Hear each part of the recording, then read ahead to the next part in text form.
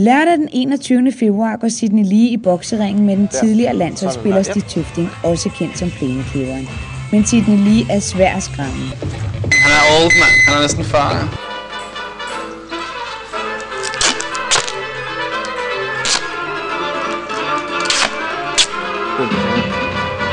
Huh?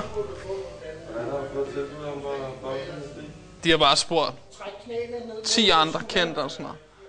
Jeg skal møde Stig Tøfting i sådan en celeb boxing match. Altså jeg kender ham ikke specielt, men jeg har set han har sådan et stort lokum, ikke? Eller et lille, ikke? Jeg vil sige, at jeg er inden for boxing. Altså det hjælper at være i god form, så man er stærk og man er, at man er i shape, ikke? Jeg er coach i dag.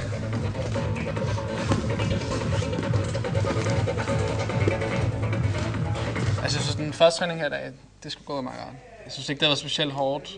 Altså mine forventninger til kampen, det er, at jeg har fordelen af, at jeg er 10 år yngre end ham. Og jeg er højere end ham, det vil sige, at jeg har længere, reach, eller rækkevidde. Jeg er i bedre form end ham. Jeg kører bodybuilding-program. Men ellers, altså jeg ved jo ikke, hvor meget han har trænet ellers. Det er meget, meget svært at sige med den der kamp der, men jeg vil gøre mit bedste, helt sikkert i hvert fald.